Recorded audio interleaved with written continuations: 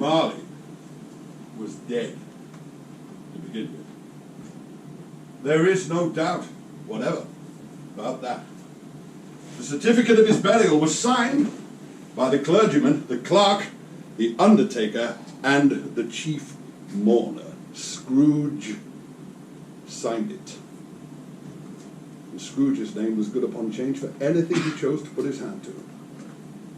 Old Marley was dead as a doornail.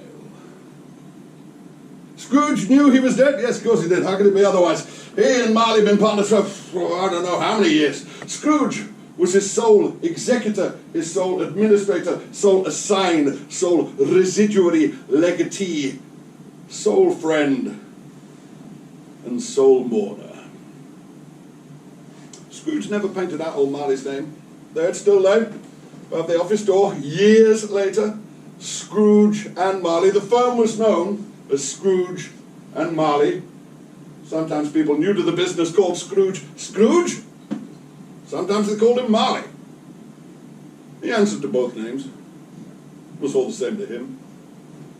Oh, but he was a tight-fisted old hand at the grindstone, Scrooge. A squeezing, wrenching, grasping, scraping, clutching, covetous old sinner. No one ever stopped him in the streets to say with gladsome looks, "My dear Scrooge, how are you?" No beggars implored him to bestow a trifle. No children asked him what it was o'clock. Not one man or woman ever in all the years of his life ever asked the way to such and such a place of Scrooge. Even the blind men's dogs seemed to know him, and seeing him coming on, they would drag their owners into doorways and up courts and wag their tails as if they said, "No eye at all is better than an evil-eyed dark master." Ah, what did Scrooge care? The very thing he liked, to edge his way along the crowded paths of life, warning all human sympathy to keep its distance, was what the knowing ones call nuts to Scrooge. Once upon a time, of all the good days of the year, on a Christmas Eve, old Scrooge sat busy in his counting house. It was cold, bleak, biting weather, foggy withal. The city clocks had only just gone 3, but it was quite dark already. The door to Scrooge's counting house was kept open, that he might keep an eye upon his clerk, who in a dismal little cell beyond a sort of tank was copying letters. Scrooge's own fire was very, very small, but the clerk's fire was so very much smaller that it looked like one coal. But he couldn't replenish it, for Scrooge kept the coal box in his own room, and so surely as the clerk would appear with the shovel, his master would predict it would be necessary for them to part. Whereupon the clerk put on his comforter and tried to warm his hands at his candle, in which effort, not being a man of strong imagination, he failed. "A Merry Christmas, Uncle! God save you!" came a cheerful voice. It was the voice of Scrooge's nephew, who came upon him so suddenly, this was the first intimation Scrooge had of his approach. "There!" said Scrooge. "Humbug! Christmas or humbug, Uncle? You don't mean that, I'm sure." "I do," said Scrooge.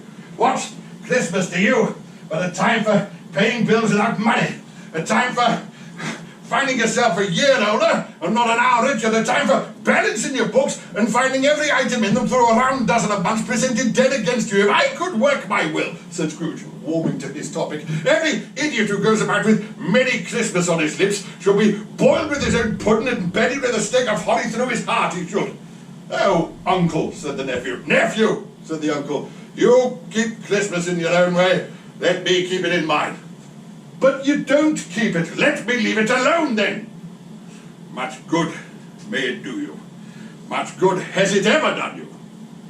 "Well, there are things by which I may have derived good over the years, by which I have not profited, I dare say," said the nephew. "Christmas time among the rest. But I'm sure I've always thought of Christmas time when it has come around, apart from the veneration due to its sacred name and origin, if anything belonging to it can be apart from that, as a good time, a kind, forgiving, charitable, pleasant time. The only time I know of in the long calendar of the year when men and women, by one consenting to open their shut-up hearts freely to one another and look on people below them as if they really were fellow travellers to the grave and not another race of creatures bound on other journeys. And therefore, Uncle, though it has never put a scrap of gold or silver in my pocket, I say it has done me good, and it will do me good, and I say, God bless it. The clerk and the tank involuntarily applauded.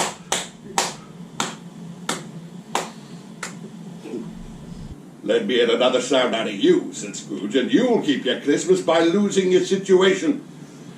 You're quite the powerful speaker, sir, said Scrooge. It's a wonder you don't go to Parliament.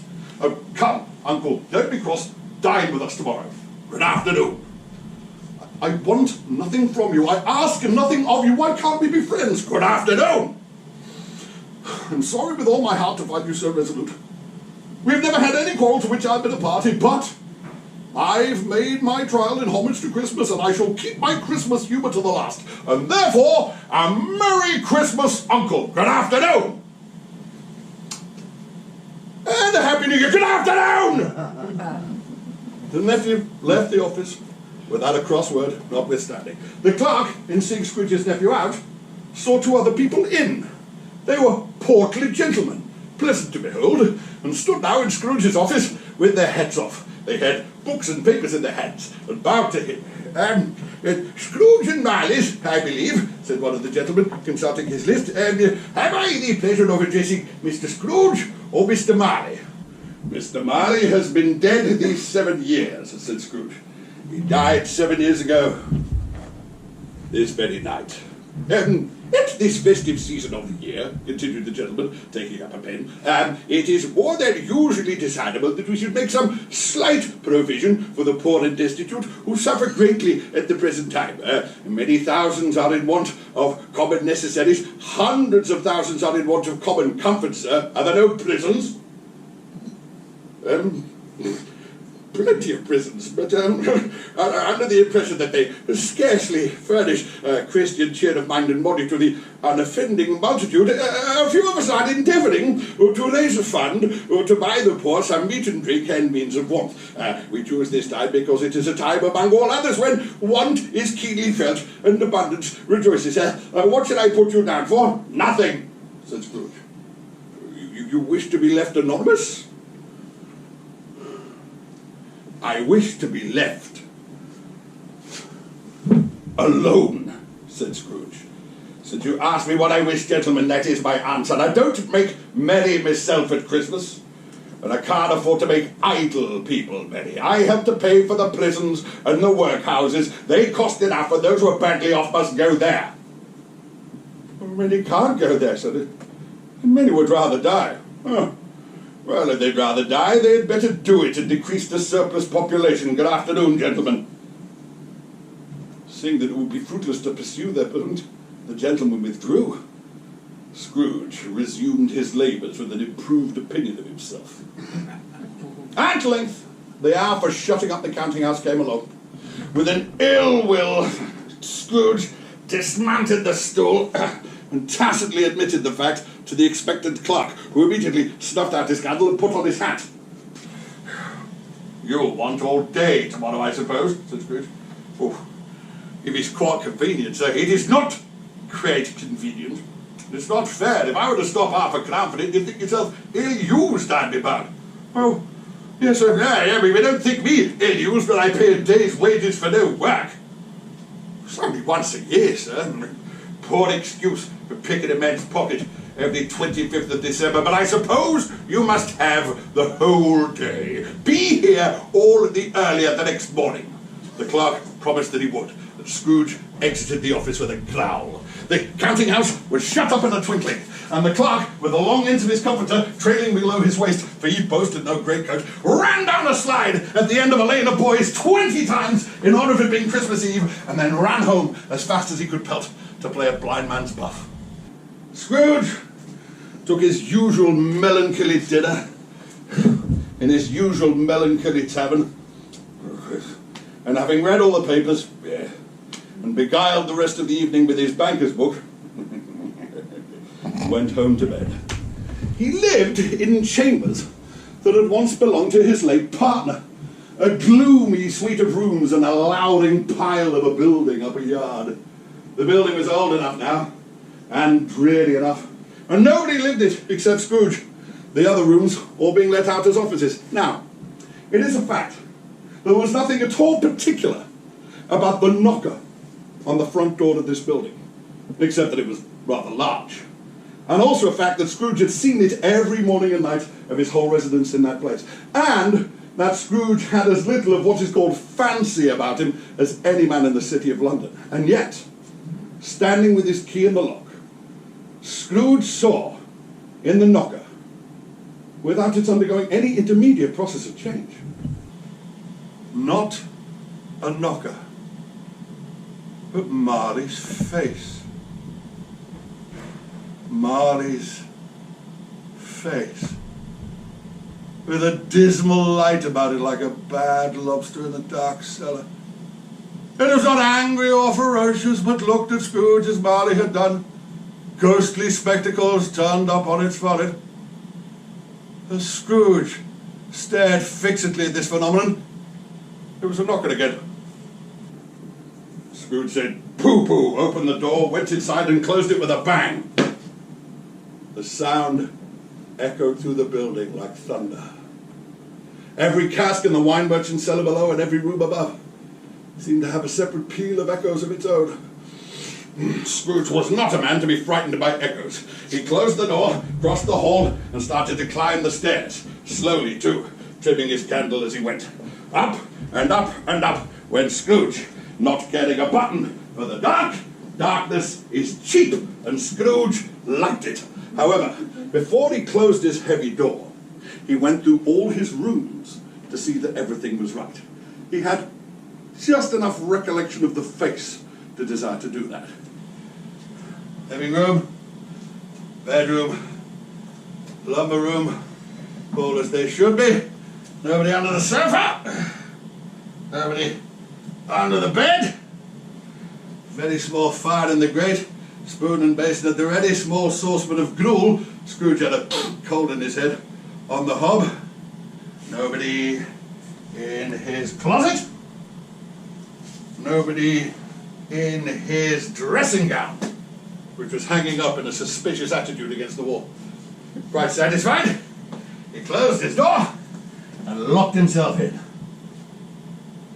Double locked himself in, which was not his custom. Thus, secured against surprise, he took off his cravat, put on his dressing gown, his nightcap, and his slippers, and sat down before the very small fire to take his gruel. As he threw his head back in the chair, his glance happened to fall upon a bell. A disused bell, which hung in the room and connected for some long-forgotten purpose with the room in the highest story of the building. As Scrooge looked, it was with astonishment and an inexplicable sense of dread that he saw this bell begin to swing. Soon it rang out loudly. So did every other bell in the house.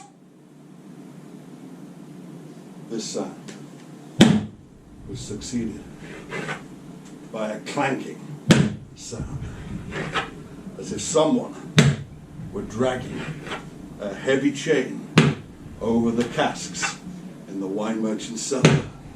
He heard it louder now on the floors below him, then coming up the stairs, then heading straight towards his door. It came on through the heavy door, and a spectre passed into the room before his very eyes, and as it coming in, the dying flame leapt up as if it cried, "I know him! Marley's ghost!" The same face, the very same. Marley in his usual pigtail waistcoat, tights and boots. His body was transparent so that Scrooge, looking through his waistcoat, could see the buttons on his coat behind. Scrooge had often heard it said that Marley had no bowels, but he'd never believed it until now. No, nor did he believe it even now, though he looked the spectre through and saw it standing before him, though he felt the chilling influence of its death-cold eyes, though he observed even the fabric of the folded kerchief bound about its head and chin, still he was incredulous. "How now?" said Scrooge, caustic and cold as ever. "What do you want with me?" "Much." Marley's voice, no doubt about it. "Who are you? Ask me. who I was. Who were you then?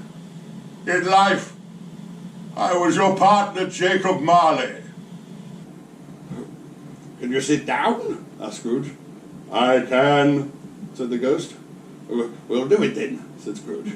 He placed the question because he wasn't sure if a ghost so transparent would find itself in a condition to take a chair. But the ghost sat down on the opposite side of the fireplace, as if he were quite used to it. You don't believe in me, observed the ghost. I don't, said Scrooge. What evidence would you have of my reality beyond that of your senses? I don't know, said Scrooge. Why do you doubt your senses? Because a little thing affects them, said Scrooge.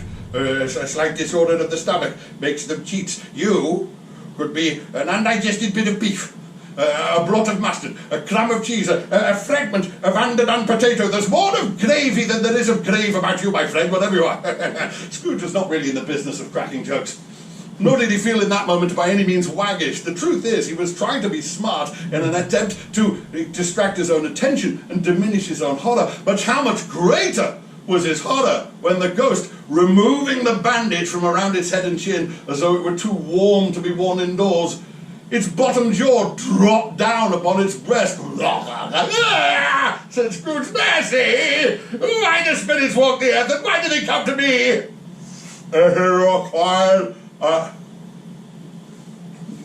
It is required of every man that the spirit within him should walk among his fellow men and travel far and wide. And if that spirit goes not forth in life, it is condemned to do so after death. I cannot stay, I cannot rest, I cannot linger anywhere. My spirit never walked beyond our counting house. Mark me, in life my spirit never roved beyond the narrow confines of our money-changing hole. And weary journeys lie before me. 7 years dead, said Scrooge. Travelling the whole time. You travel fast? On the wings of the wind. Oh, you might have got over a great quantity of ground in 7 years, said Scrooge. Oh, captive, bound, and double-ironed, wailed the ghost. Not to know that any Christian spirit working within its little sphere will find its mortal life too short for its vast means of usefulness. Not to know that no space of regret can make amends for one's life's opportunities misused. Yet such was I. Oh, such was I. But you are always an excellent man of business, Jacob, faltered Scrooge, applying this to himself. Business, cried the ghost. Mankind was my business. The common welfare was my business. Charity, mercy, forbearance, benevolence were all my business. The dealings of my trade were but a drop of water in the comprehensive ocean of my business. It held out its chain at arm's length as if that were all the source of its unavailing grief, and flung it to the ground. At this time of the rolling year, said the ghost, I suffer most. Why did I walk among my fellow men with my eyes turned down and never lift them to that blessed star which led the wise men to a poor abode? Were there no poor hopes to which its light might have conducted me? Scrooge was very dismayed to hear the ghost going on like this, and began to shake exceedingly. Hear me! My time is very short. I will, but don't be hard on me, Jacob, don't be flowered, pray. I am here tonight to tell you that you have yet a chance and hope of escaping my fate, the chance and hope of my procuring Ebenezer. Oh, you were always a good friend to me, Jacob, thank you. You will be haunted by 3 spirits. Is that the chance and hope you mentioned, Jacob? It is. I think I'd rather not. Without their visits, you cannot hope to shun the path I tread. Expect the first tomorrow night when the clock strikes 1. The following on the next night at the same hour. The third on the following night, when the last stroke of 12 has ceased to vibrate. Look to see me no more, and look that for your own sake you remember what has passed between us. It walked backwards away from him, and with every step it took, the window raised itself a little, so that when the spectre reached it, it was wide open. Scrooge watched the phantom disappear through the window and slammed it shut. He inspected the door by which the ghost had entered the room. It was double locked, as he locked it with his own hands, and the bolts were quite undisturbed. Scrooge began to say, "Hum!" but only got as far as the first syllable.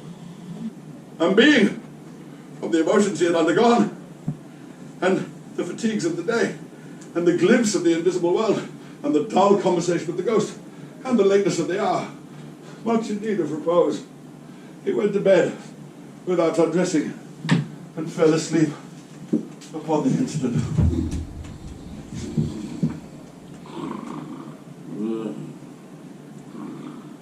When Scrooge awoke, it was so dark that looking out of bed he could scarce distinguish between the opaque walls and the transparent windows of his chamber.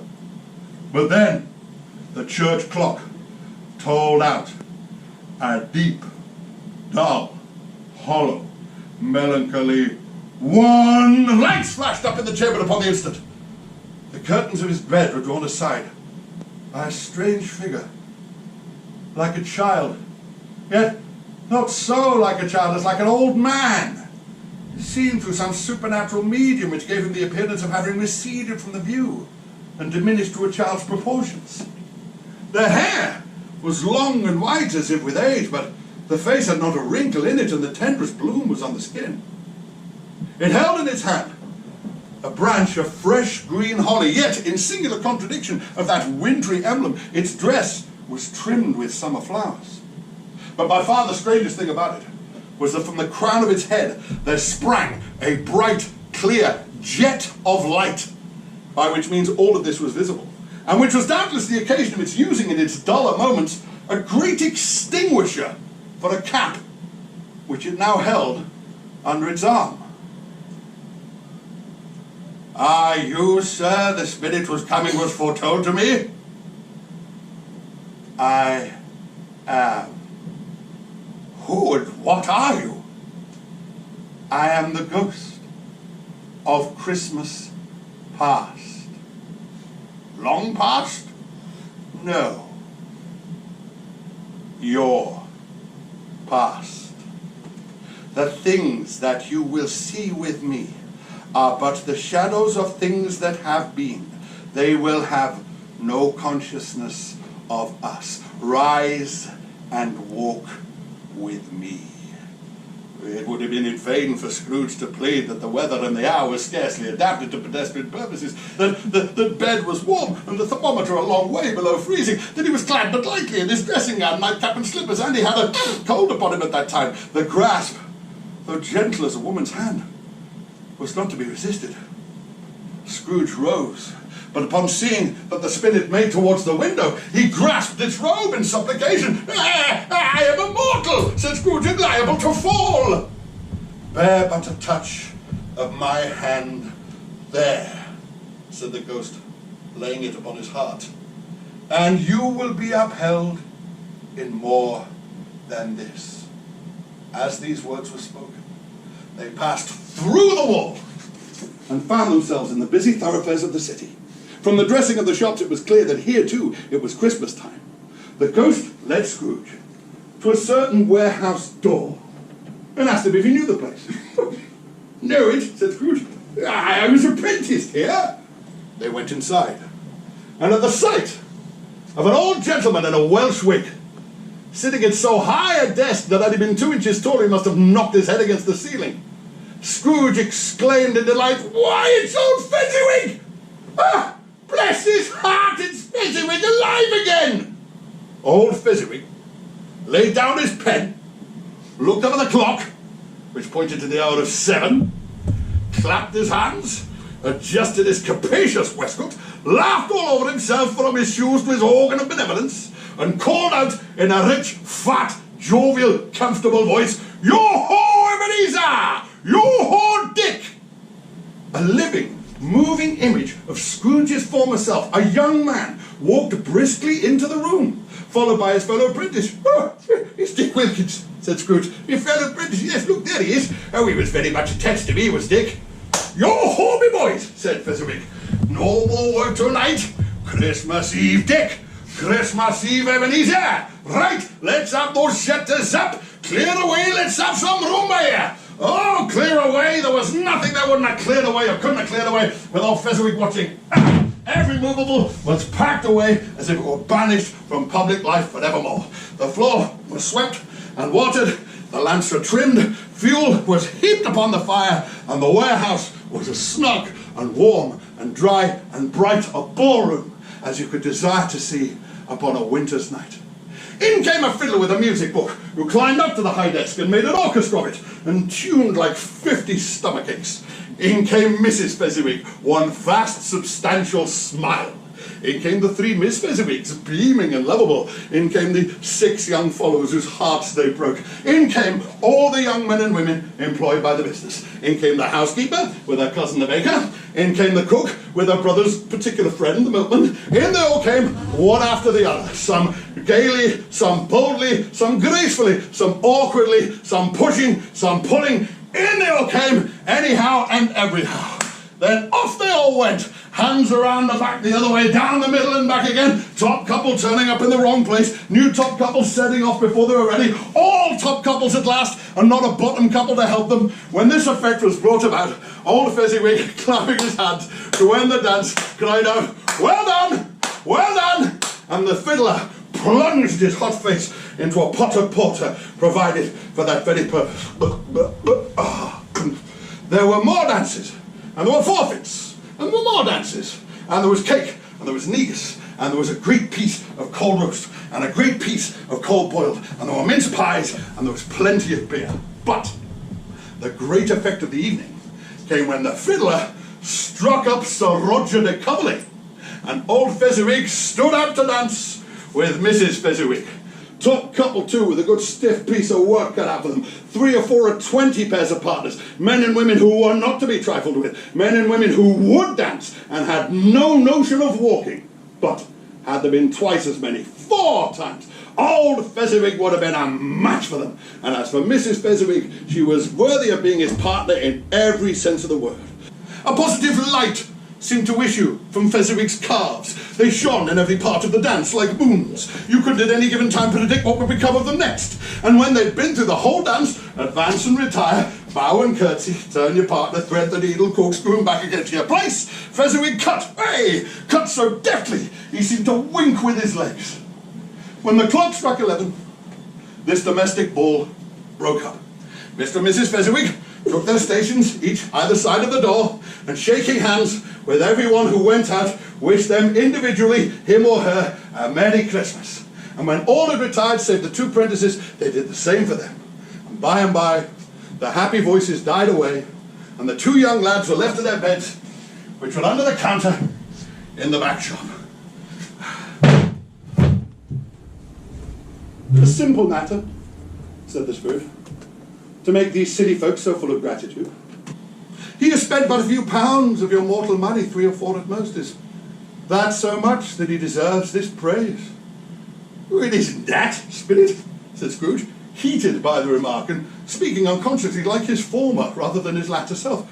It isn't that. He has the power to make us happy or unhappy, to render our service light or burdensome, a pleasure or a toil. We're saying then that his power lies in looks, in words, and things so insubstantial they cannot be counted out or measured. What then? Well, the happiness it brings is quite as great as if it had cost a fortune. He felt the spirit's glance upon him and stopped. What is the matter? No, nothing in particular. Something, I think. No, just, well, I should like to be able to say a word or two to me, Clark, just now, that's all. My time grows short, quick.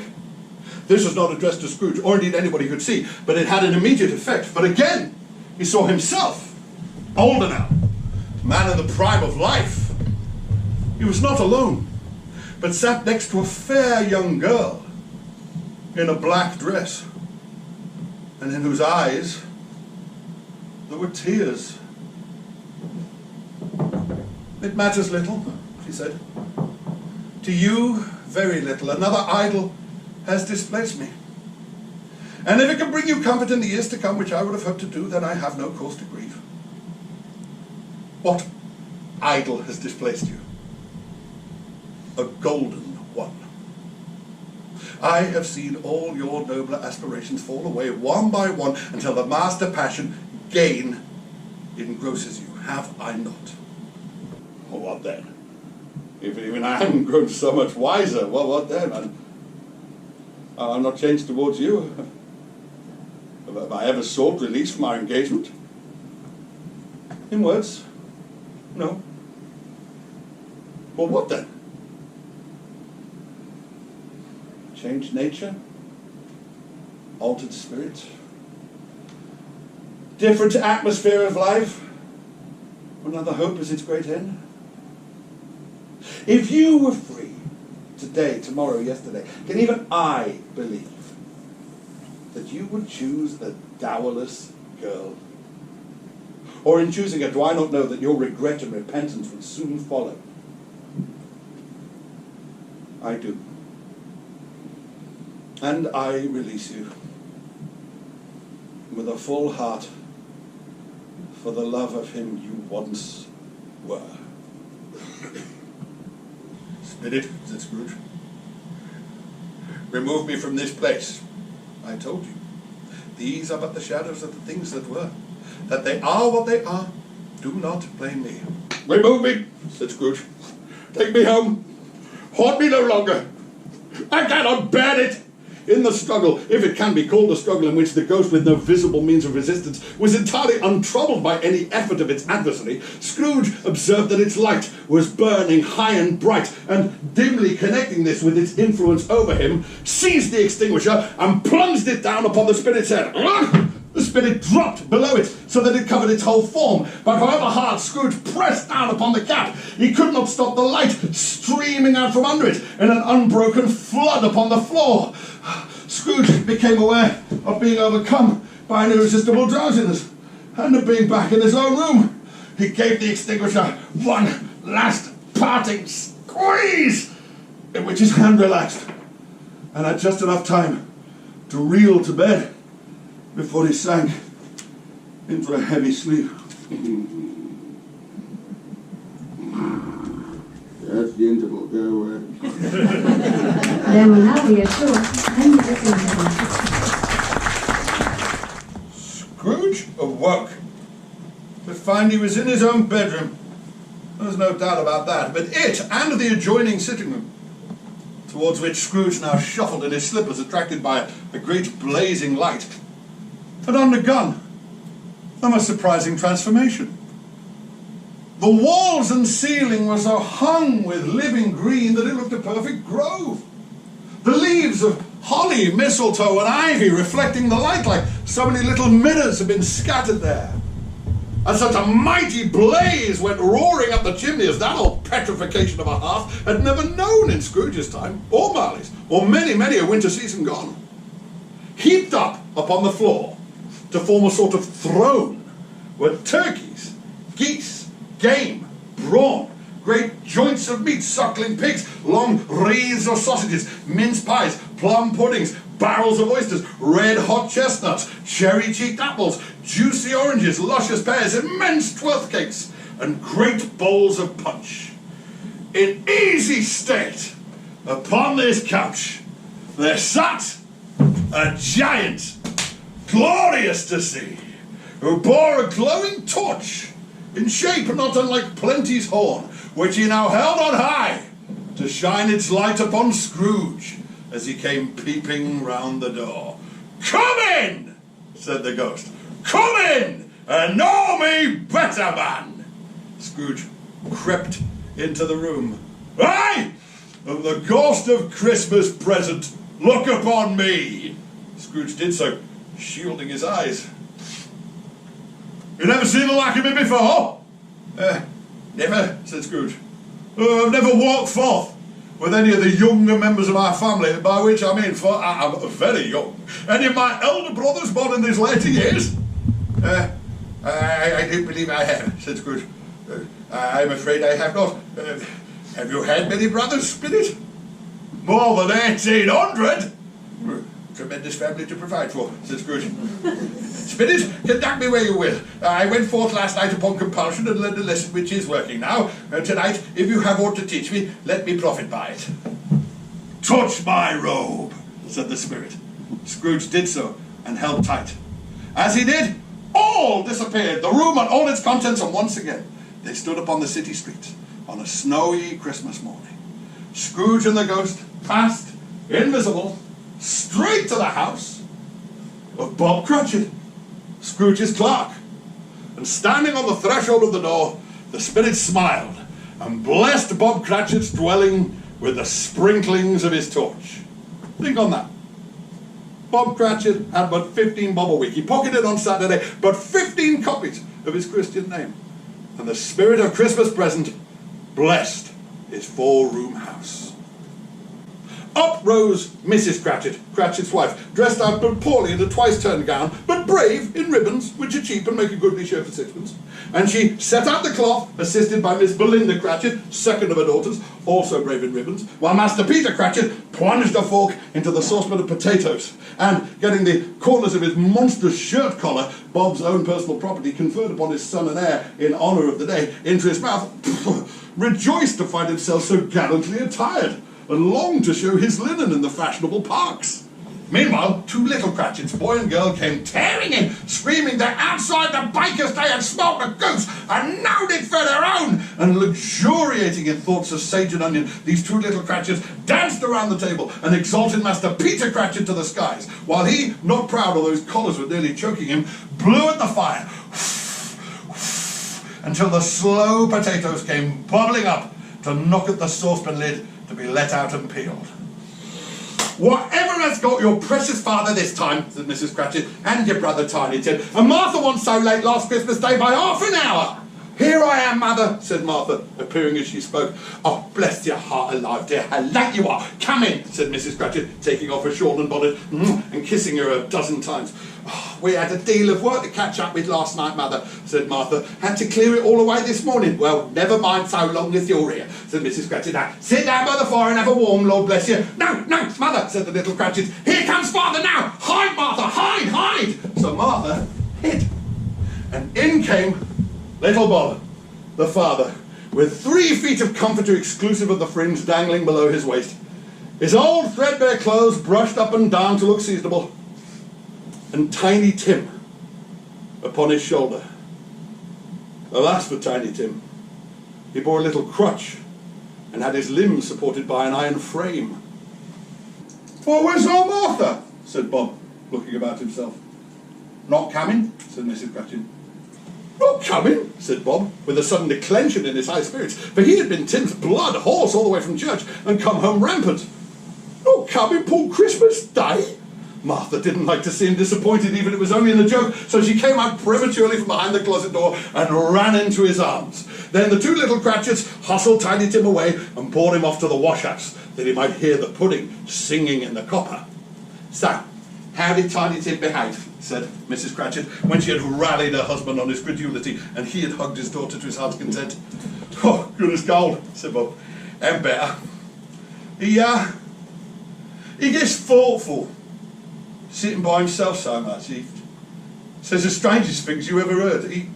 He told me, coming home, that the old people had seen him in the church because he was a cripple, and he thought it might be pleasant for them to remember upon Christmas Day who it was who made the lame beggars walk and the blind men see."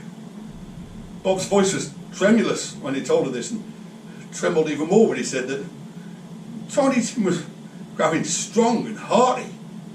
His active little crutch was heard upon the floor again, and Tiny Tim came back in before another word was spoken, and was escorted by his brother and sister to his little stool by the fireplace. And as Bob folded up his shirt cuffs as if, poor fellow, they were capable of being made any shabbier, compounded some hot mixture in a jug with gin and lemons, and placed it on the hob to simmer. Master Peter Cratchit and the two ubiquitous little Cratchits set off to fetch the goose, with which they soon returned in high procession.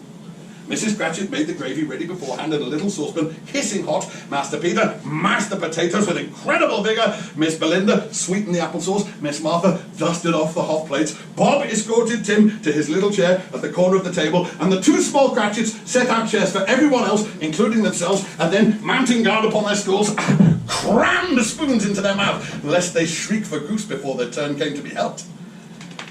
All the dishes were set on, and grace was spoken. This was followed by a breathless pause, as Mrs. Cratchit looked down the blade of the carving knife, preparing to plunge it into the breast. And when she did, and the long hoped-for gush of stuffing issued forth, a murmur of delight went around the board, and even Tiny Tim, excited by the two little Cratchits, beat on the table with the heel of his knife and feebly cried, "Hurrah!"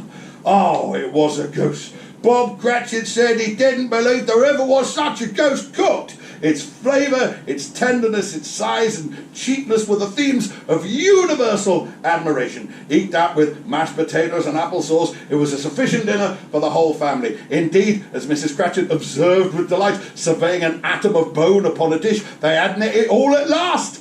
But everyone had had enough, and the two little Cratchits in particular were steeped in sage and onion to the eyebrows. But the dishes then being changed by Miss Belinda, Mrs. Cratchit went out alone, too nervous to bear witnesses, to take up the pudding and bring it in. Suppose it should not be done enough. Suppose it should break apart on opening. Suppose someone had got over the wall into the backyard and stolen it while they were merry with the goose. A supposition at which the two little Cratchits became livid. All sorts of horrors were supposed. Hello? A great deal of steam. The pudding was out the copper. Smell like a wash day, that was the cloth. Smell like a pastry chef's next to an eating house next to a laundress's, that was the pudding. In half a minute, flushed but proud, in came Mrs. Cratchit with the pudding. A speckled cannonball, so hard, so firm, blazing in half a quartern of ignited brandy and bedight with Christmas holly pressed into the top. Oh, wonderful pudding! Bob Cratchit did say, and calmly too, that he believed it to be the greatest success achieved by Mrs. Cratchit since their marriage. Mrs. Cratchit said that now that the worry was off, she had her doubts about the quantity of flour. Everybody had something to say about the pudding, but nobody said or even thought that it was in any way a small pudding for a large family. Any Cratchit would have blushed to hint at such a thing. When dinner was all done, the cloth was cleared, the hearth was swept, and the fire was made up. The compound in the jug being tasted and considered perfect, apples and oranges were laid upon the table, and a shovel of chestnuts placed on the fire. Then the Cratchit family gathered around the fireplace, and at Bob's elbow there stood the family display of glass, 2 tumblers and a custard cup without a handle. But these held the stuff from the jug as well as golden goblets would have done, and Bob served it up with beaming looks, while all the time the chestnuts in the fire spattered and crackled noisily. At last Bob proposed, "Merry Christmas to us all, my dears. God bless us." The toast was re-echoed by all the family. "God bless us, everyone," said Tiny Tim, who drank it last of all. He sat very close to his father on his little stool by the fire. Bob held his withered little hand in his, as if he loved the child and wished to keep him by his side, and dreaded that he might be taken away from him. "Spirit," said Scrooge, with an interest he had never felt before, "tell me, will the child live?" "I see a vacant seat in the broad chimney corner," said the ghost. "A crutch without an owner. carefully preserved. If these shadows remain unaltered by the future, the child will die. Oh, no, Scrooge. No, Scrooge. No, say he will be spared. If these shadows remain unaltered by the future, none other of my family will find him here. But what of that? If he be like to die, better do it and decrease the surplus population. Scrooge lowered his head, but raised it again very speedily upon hearing his own name. Mr. Scrooge, said Bob. I'll give you Mr. Scrooge, the founder of the feast. Founder of the feast, said Mrs. Cratchit. Oh, I wish I had him here. I'll give him a piece of my mind to feast on. I could have a good appetite for it. But my dear, said Bob, the children, Christmas Day, oh, it shall be Christmas Day, should see, upon which one drinks the health of so odious, stingy, hard, unfeeling a man as Mr. Scrooge. You know he is, Robert. Nobody knows better than you do, poor fellow. My dear, was Bob's mild reply. Christmas Day? I'll drink his health for your sake of the days, said Mrs. Cratchit. Not for his. Long lasting, Merry Christmas, Happy New Year. Be very happy and very merry, I've no doubt. The children all drank the toast after her. It was the first of their proceedings that had no heartiness to it. Tiny Tim drank it last of all, but he didn't get tuppence for it. Scrooge was the ogre of the family. The mere mention of his name cast a dark shadow over the party, which was not dispelled for full 5 minutes. When it had passed, they were 10 times merrier for the mere relief of Scrooge the Baleful being done with. Bob said that he had a situation in his eye for young Master Peter, which could bring, if obtained, full 5 and 6pence weekly. The two little Cratchits laughed tremendously at the thought of Peter's becoming a man of business, while Peter stared thoughtfully into the fire from between his shirt collars, as if he were considering what investments he ought to favour when he came into this bewildering income. Meanwhile, young Martha, who was a poor apprentice at a milliner's, told them what kind of work she had to do, how many hours she had to work at a stretch, and how she meant to spend tomorrow morning in bed for a good long rest, tomorrow being a holiday that she spent at home, and how, and she had seen a countess and a lord just a few days ago, and how the lord had been just about as tall as Peter, at which Peter pulled up his shirt collar so high that you couldn't have seen his head if you'd been there. All the time, the jug and the chestnuts went round and round, and by they had a song about a little child lost in the snow from Tiny Tim, who had a plaintive little voice and sang it very well. There was nothing of high remark about any of this. They were not a handsome family. They were not well dressed. Their shoes were far from waterproof. And they might well have known, indeed probably did know, the inside of a pawnbroker's. But they were happy, pleased with each other, grateful, and contented with the time. And when at last they faded away, merrier than ever, in the final sprinklings from the spirit's torch of parting, Scrooge had his eye upon them, and especially on Tiny Tim, till the last. Scrooge was startled to hear a hearty laugh. He was even more surprised to recognise it as belonging to his own nephew. And to find himself in a bright, dry, gleaming room, standing next to the spirit, who was now gazing smilingly at that same nephew. Now, it is a fine, noble, and even-handed adjustment in the nature of things that while there is, of course, infection in disease and sorrow, there is nothing in this world quite so contagious as laughter and good humour. When this nephews of Scrooge's laughed out, Scrooge's niece by marriage laughed out just as heartily, and all their assembled friends, being not a bit behindhand, laughed out lustily as well. He said Christmas is a humbug as I live, said Fred. He believes it too. More pity for him, Fred, said Scrooge's niece. Oh, bless these women. They never do anything by halves. They're always earnest. Oh, he's a comical old fella, said Scrooge's nephew. Well, not half as pleasant as he might be, that's the truth of it. But his offences carry their own punishment, and I haven't a word to say against him. And who suffers by his ill whims? Himself, always. Look, here. He takes it into his head to dislike us. He won't come and dine with us. So what's the consequence? He don't lose much of a dinner. Indeed, I think he loses a very good dinner, said Scrooge's niece. And the rest of them agreed, and they must be held to be competent judges, for they had just had dinner, and with the dessert on the table, were now gathered round the fireplace. "Well, very glad to hear it," said Fred, "for I haven't a lot of faith in these young housekeepers. What do you say, Topper?"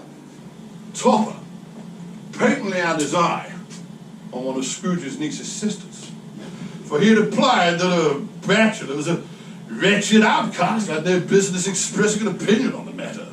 At which point Scrooge's niece's sister, the plump one in the lace tucker, not that one with the roses, blushed. After dinner, they had some music. And they were a musical family, knew what they were about when they sang a glee or a catch, I can tell you. Especially Topper, who could growl away in the bass without ever enlarging the veins in his forehead and getting red in the face about it. But they didn't give up the whole evening to music. They also played at forfeits. Because it's good to be children sometimes. And never more at Christmas when its mighty founder was a child itself. Now, first, there was a game of blind man's buff, and I no more believe that Topper was blind than I believe he had eyes in his boots. The way he went after that plump sister was an outrage on the credulity of human nature, knocking into the fire irons, falling over the chairs, bumping into the piano, smothering himself in the curtains. Wherever the plump sister went, there went he. He wouldn't even try to catch anyone else. You could stumble up against him and just stand there, as some of them did, and he would make a feint of endeavouring to seize you before sidling off again after the plump sister. Oh, here is a new game, said Scrooge. 1/2 hour more spin it, only one. Now this was a game called Yes and No, in which Scrooge's nephew must think of something and the others find out what. He answering to their questions only yes or no, as the case was. Now the fire of questions to which he had thus far been exposed had elicited from him that he was thinking of an animal, a savage animal, a rather disagreeable animal, that growled and grunted, and talked sometimes, and lived in London, and walked about the streets, but was not led by anyone, and did not live in a menagerie, and was not made a show of, and was never sold in a market, was not a horse or an ass or a cow or a bull or a dog or a king or a tiger or a bear. With every new question, this nephew of Scrooge's let out another hearty laugh, and was so inexpressibly tickled that he was obliged to get up off the sofa and stamp. At last, the plump sister said, "I know what it is, Fred. I found it out. I know what it is." "What is it?" "It's your Uncle Scrooge!" Which indeed it was. Admiration was the universal sentiment, although some people objected that the answer to the question, "Is it a bear?" ought to have been yes. Meanwhile, Scrooge himself, invisible, had grown so imperceptibly gay and light-hearted at all of this that he would have happily drunk the unconscious company's health in an inaudible toast. But all faded away on the breath of the last words spoken by Scrooge's nephew. And he and the spirit were on their travels again. Much they saw, far they went, many homes they visited, but each with the same happy end. The spirit stood beside sickbeds, and they were cheerful. On foreign lands, and they were close at home. Beside struggling men, and they were patient in their greater hope. Beside poverty, and it was rich. In almshouse, jail, and hospital, misery's every refuge, wherever vain man in his brief authority had not made fast the door and barred the spirit's entrance, he left his blessings and taught Scrooge his precepts. Finally, when they stood alone in an empty place, the clock struck 12. Scrooge looked about him for the ghost, but saw it not. As the last stroke ceased to vibrate, he remembered the prediction of old Jacob Marley, and lifting up his eyes, he beheld a solemn phantom, draped and hooded, coming like a mist along the ground towards him. Silently, gravely, the phantom approached. As it drew close to him, Scrooge went down on his knees. For in the very air through which it moved, the spirit seemed to scatter gloom and mystery. It was shrouded in a deep black garment, which covered its head, its face, its whole form, and left nothing of it visible, save one outstretched hand. Scrooge knew nothing more, for the spirit neither spoke nor moved. I am in the presence of the ghost of Christmas yet to come, said Scrooge. Oh, ghost of the future, I fear you more than any spectre I have yet seen. But since I know thy purpose is to do me good, and since I do mean to be another man for what I was, I am willing to bear you company, and do so with a thankful heart. Will you not speak to me? The spirit made no reply. The hand pointed out straight ahead. Lead on, said Scrooge. The night is waning fast, and it is precious time to me, I know. Lead on. They scarcely seemed to enter the city, but rather it sprang up around them, for there they were, in the midst of it, on change, among the merchants.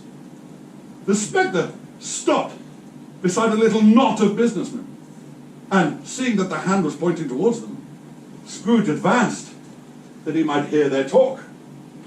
Well, I don't know very much about it either way, said an immensely fat man with a monstrous chin. I only know that he's dead. Well, when did he die? Asked another. Well, last night, I believe. Well, what was the matter with him? Thought he'd never died. God knows, said the first with a yawn. Oh, what has he done with his money? Asked one red-faced gentleman. I haven't had, replied the man with the big chin. Left it to his company, perhaps? hasn't left any of it to me, that's all I know. Good night.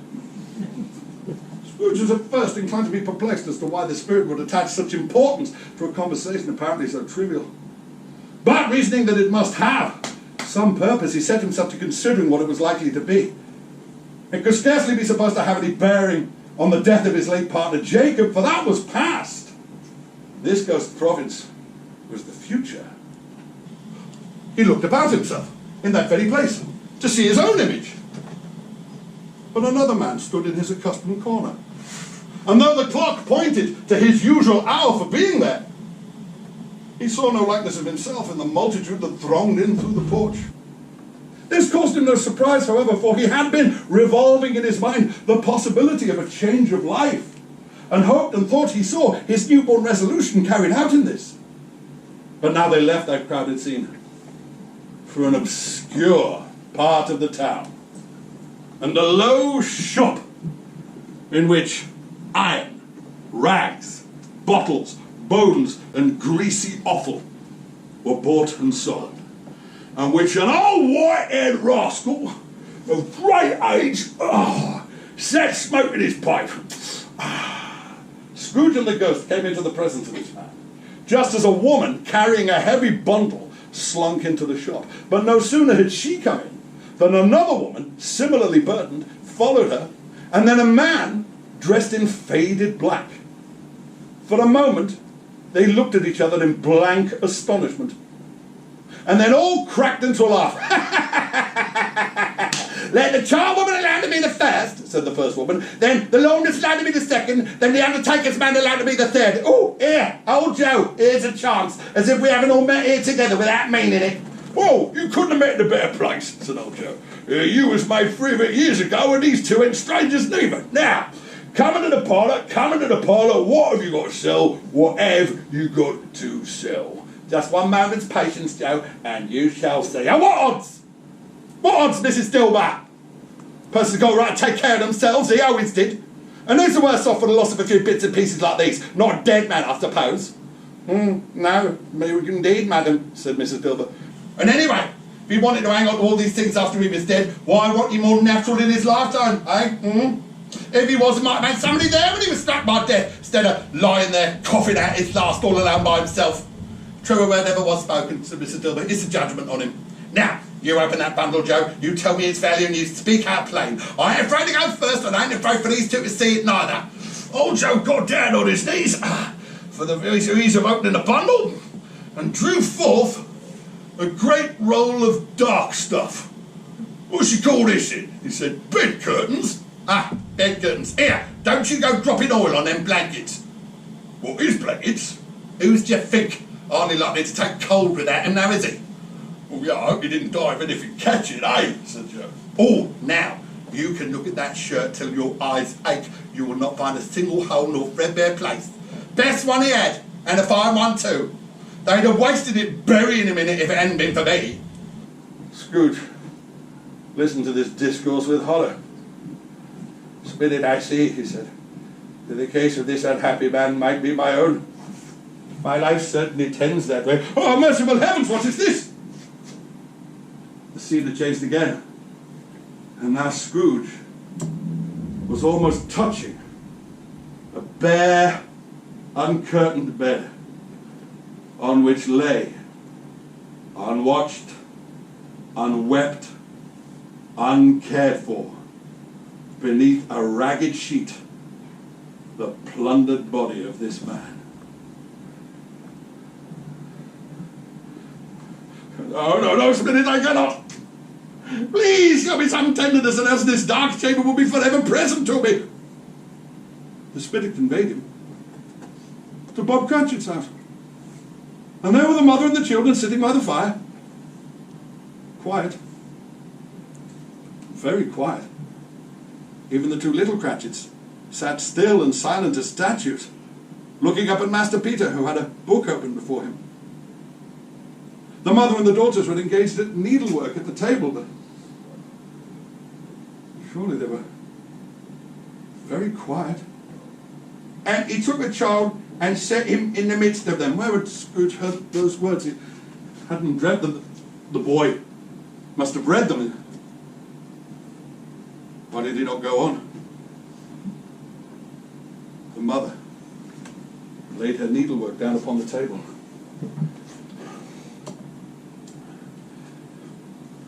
Colour hurts my eyes, she said. She put a hand to her face.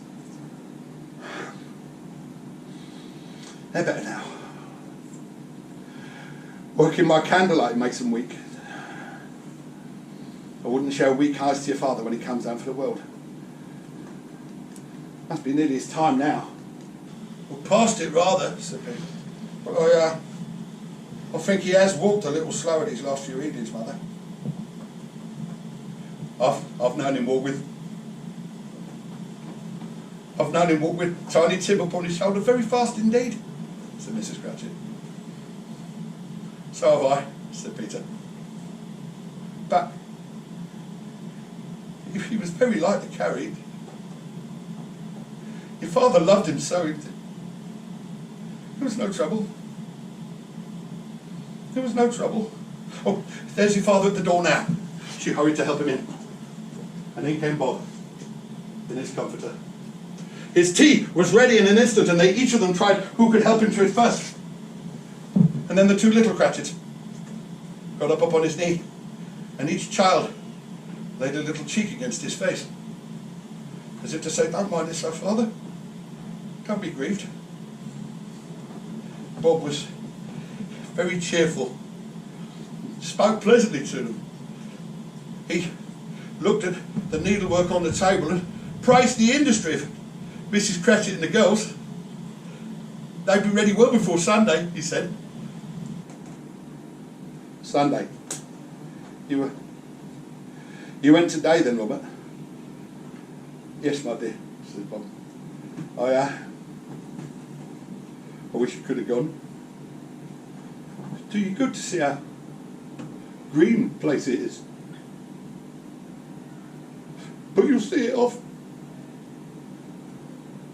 I promised him I would walk there on a Sunday. Oh, little child! Oh, little child!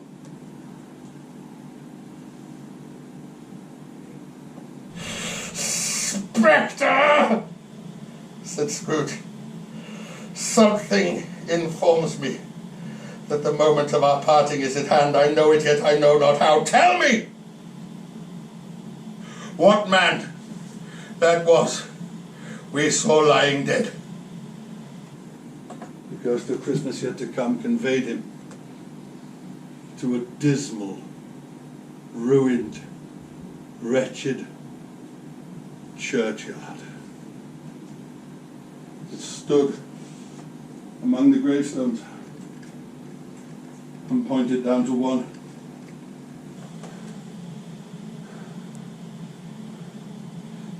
Before I draw near to that stone to which you point, said Scrooge, answer me one question. Are these the shadows of the things that will be, or the shadows of the things that may be only? Still, the ghost pointed towards the stone by which it stood.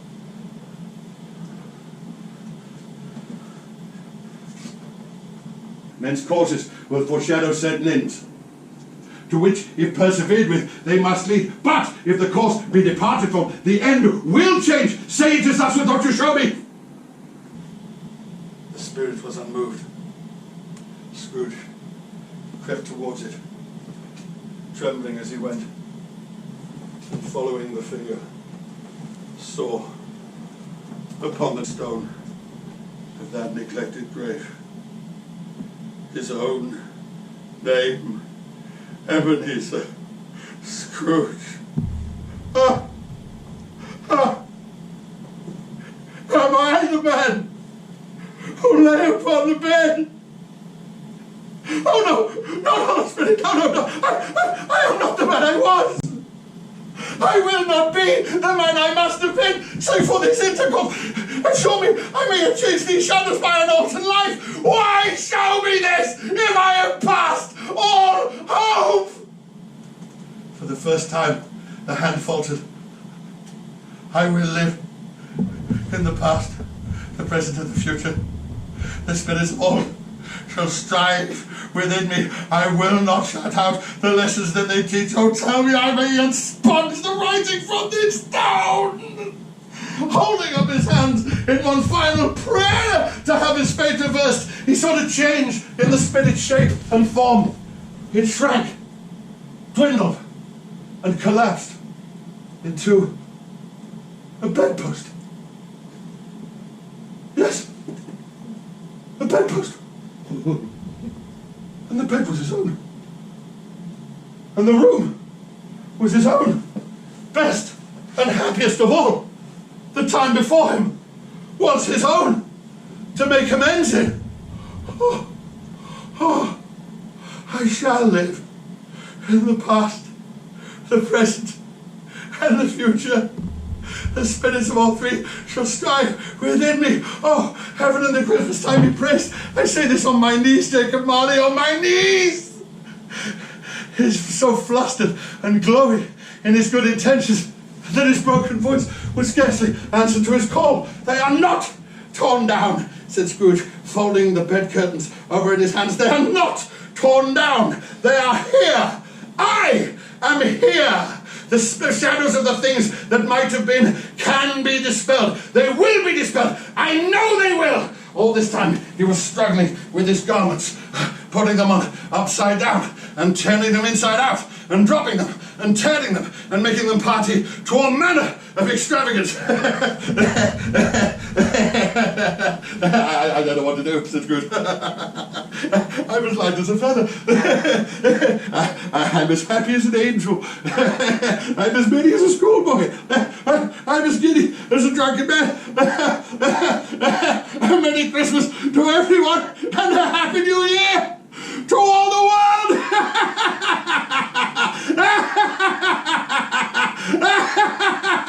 It was a splendid laugh for one so out of practice. The father of a long line of brilliant laughs. He was checked in his transport by the sound of the church bells ringing out the lustiest peals he had ever heard. Clash, clang, clang, ding dong bell, hammer, clash, clang, clang, clang, clang. Oh, glorious, glorious! He threw open the window. Ah, cold! Piping for the blood to dance to. What's today? He called down to a young boy in Sunday clothes. Aye? replied the young boy. What's today, me fine fellow? Today? Why, Christmas Day. Christmas Day? I haven't missed it. Spirits did it all in one night, or they can do anything they like. Of course they can, of course they can, of course they can. Hello, me fine fella! Hello. Yes, now, do you know the poulterer's in the next street but one, on the corner? I should have my dead. Intelligent boy, says Scrooge. Remarkable boy. Do you happen to know if they've sold the prize turkey that's hanging in the window? No, not the little turkey, the big one. You mean the one as big as me? What a wonderful boy, says Scrooge. It's a pleasure talking to him. Yes, me back. They're hanging there now, is it? Right, go and buy it. Oh, car. No, said Scrooge. I'm in earnest. Go and buy it and tell them to bring it here that I might give them direction where to take it. And come back with the man. I'll give you a shilling. Come back with him in less than 5 minutes. I'll give you half a crown. The boy was off like a shot. I'll send it to Bob Cratchit, said Scrooge, splitting in a laugh. He shan't never send it. It's twice the size of Tiny Tim. Nobody ever made so good a joke as sending it to Bob Cratchit to me. Here's the turkey now. Oh, it was a turkey. He could never have stood on his legs, that bird. He would have snapped them off in an instant like sticks of sealing wax. Oh, it's impossible to carry that thing to Camden Town, said Scrooge. You must have a cab. The chuckle with which he paid for the turkey, and the chuckle with which he recompensed the boy, and the chuckle with which he wrote down the address, and the chuckle with which he paid for the cab was succeeded only by the chuckle he gave until he sank into his chair and chuckled until he cried.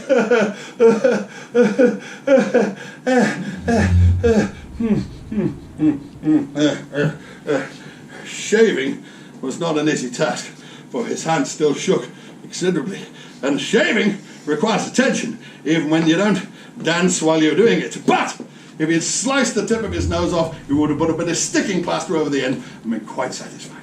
He dressed himself, all in his best, and went out into the streets. People were just beginning to pour forth, and Scrooge, walking with his hand behind his back, regarded them all with the most delighted smile. Indeed, he looked so irresistibly pleasant that 3 or 4 good-humoured fellows said, "Oh, good morning to you, sir, and a Merry Christmas to you."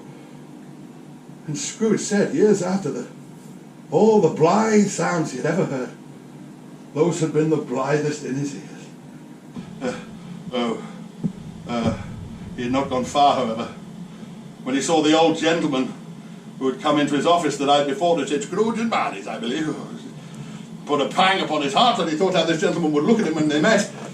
But he knew the path that lay before him, and he took it. "Me dear sir," said Scrooge, quickening his pace and seizing the gentleman by both hands. "I do hope you succeeded yesterday, sir. It was very kind of you, and Merry Christmas to you, sir." "Mr. Scrooge?" replied the gentleman. "Yes," said Scrooge, "that is my name, and I fear it may not be pleasant to you.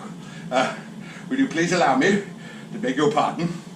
And also, would you be so kind as to put me down for..."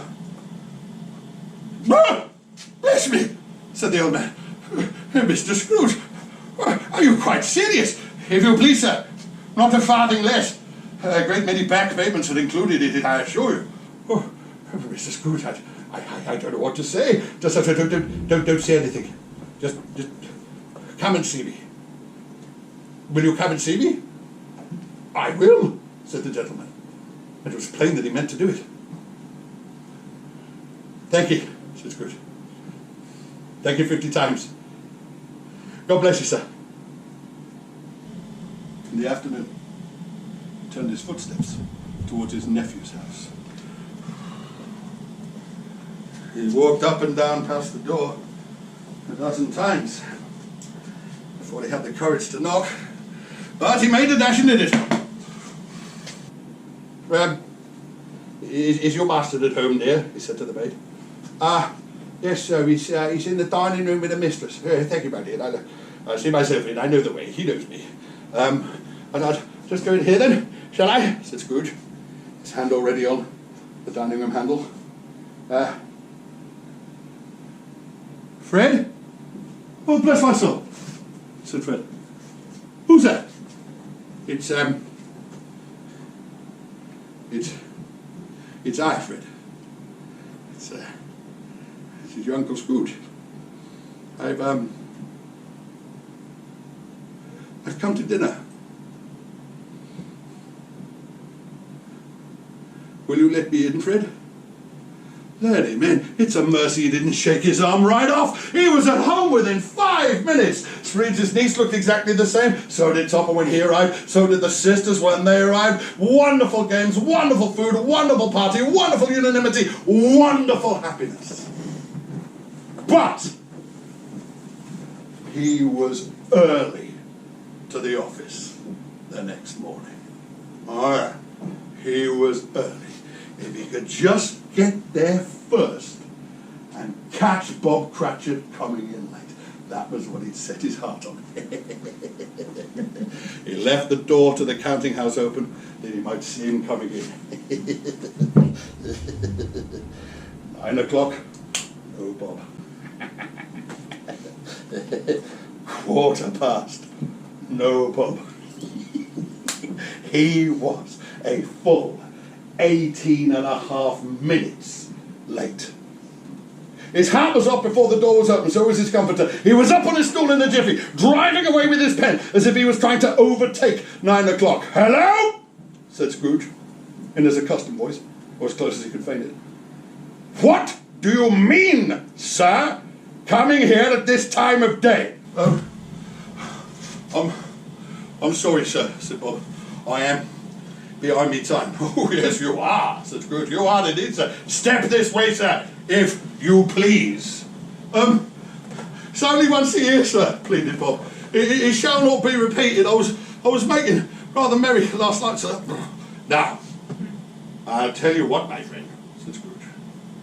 "I am not willing to put up with this sort of thing any longer. And therefore," he said, he said, giving Mogg such a poke in the ribs that he fell backwards into the tank, "I am going to raise your salary."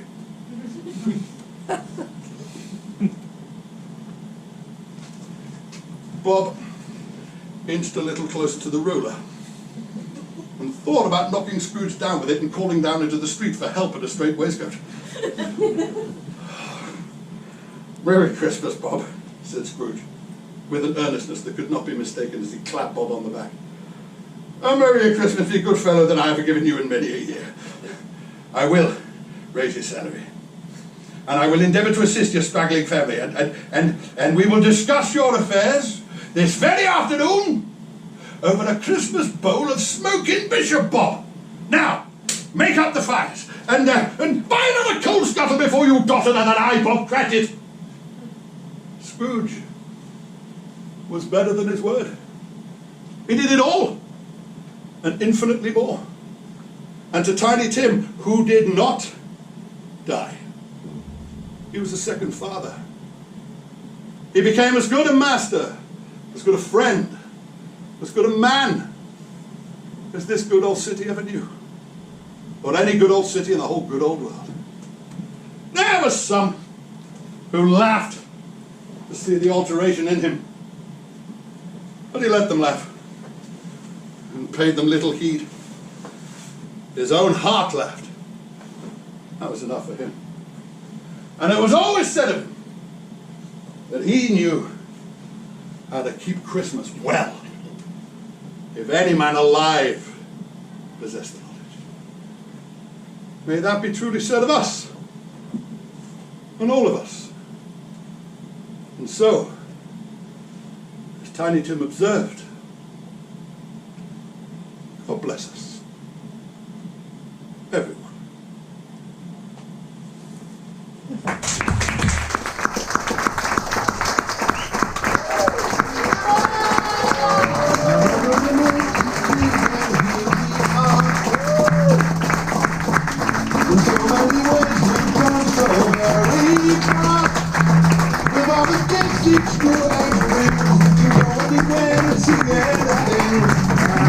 Turn our eyes away from